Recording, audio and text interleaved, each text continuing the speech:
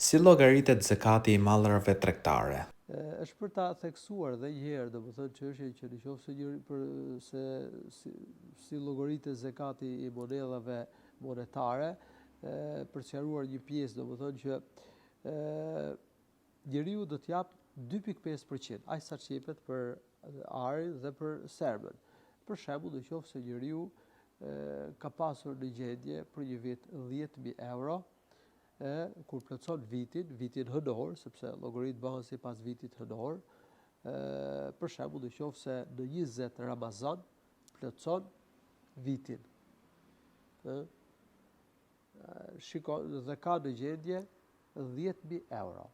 Atëherë do të jap 2.5% të kësaj shume, një të 40 e saj, dhe që I bie 250 euro.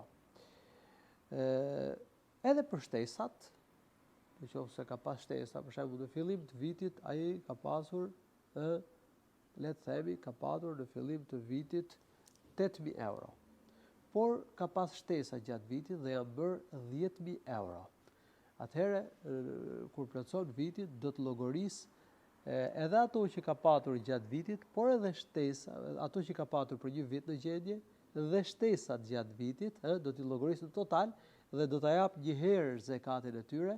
Pra në rastin në fjalë që e solla si shembull, do t'jap për 10.000 eurot, për totalin e tyre, 2.5% që I bie 250 euro. E në lidhje me zakatin e mallrave tregtare. Tregtari nëse plotson kuotën sipas art ose argjentit, gjë që e sqarova pak më përpara, më e mira është të marr parasysh kuotën e serbës. Pra plotson kuotën dhe ka kaluar një vit në gjendje, ka plotsuar vitin, atëherë do të jap zakatin e mallit dhe do ta llogarisë sipas vlerës që ka malli në ditën që plotson vitin. Për shembull, nëse vitin e ka plotsuar sot në 20 Ramazan, do ta llogarisë mallin me çmimin që e blen sot në treg.